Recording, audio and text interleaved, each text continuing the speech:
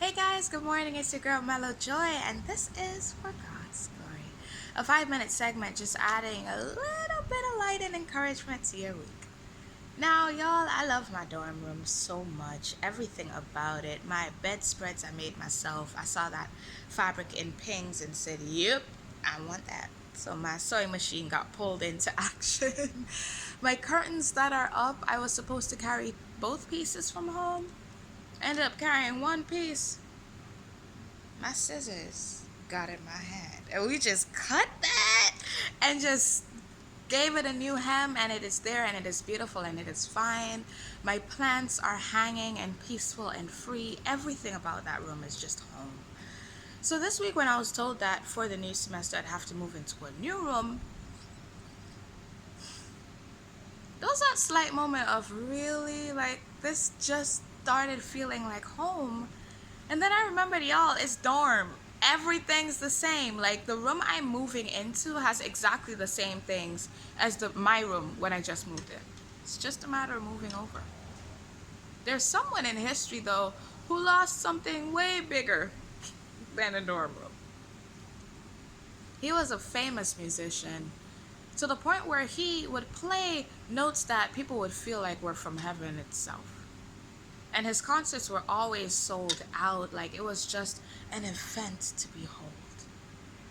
It was crazy then when one night right before his concert, his violin was stolen.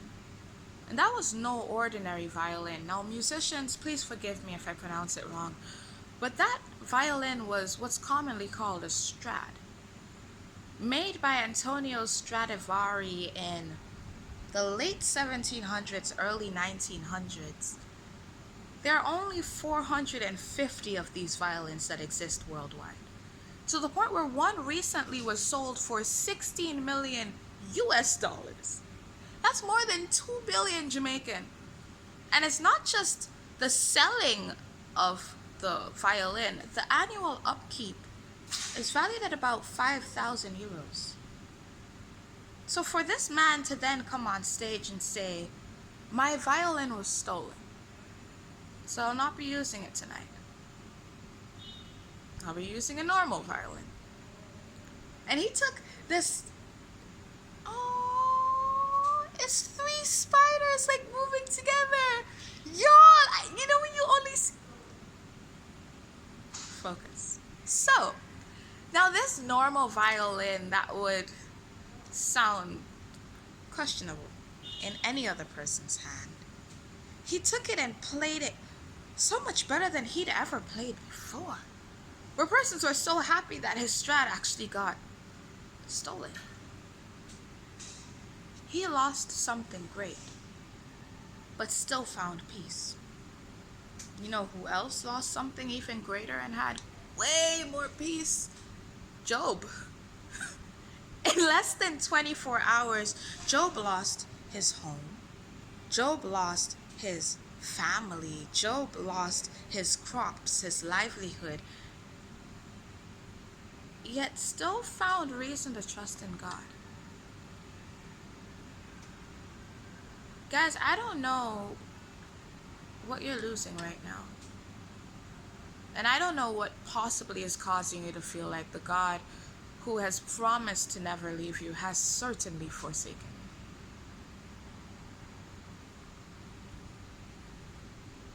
But in the same way that he restored Job, he'll restore you. Because it's not what's in the room, it's not what you have, it's who owns the room. It's who has you. God has shown us time and time again that his ways are not our ways. And he will use this mishap to let you play a tune you've never even heard yourself. But let it be played in a way that glorifies him much greater than anything you've done in the past. Hold on to God. His plans are far greater than you can imagine. Let us pray. Hey, lovely God. I always sigh when I'm about to talk to you. Like, I feel like all of the stress just drops at your feet, like immediately, like, hey darling, sit there. Deal with it. And thank you for always dealing with it. Thank you for the peace that passes all understanding, and thank you for the way that you say no matter how many times we come to you, you got us. And you'll deal with it, and you're probably already dealing with it long before we come to you, but you still want to spend time with us. You still are so in tune to our journey to see how we get to the final step.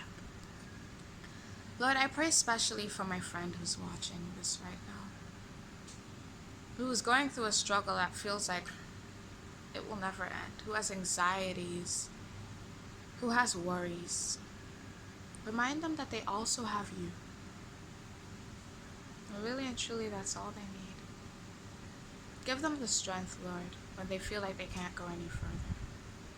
Give them the encouragement and the good memory that reminds them that you've helped them in the past. And you keep getting better every time. Give us peace so that when others see us, they know that someone's orchestrating our lives and that we have nothing to fear.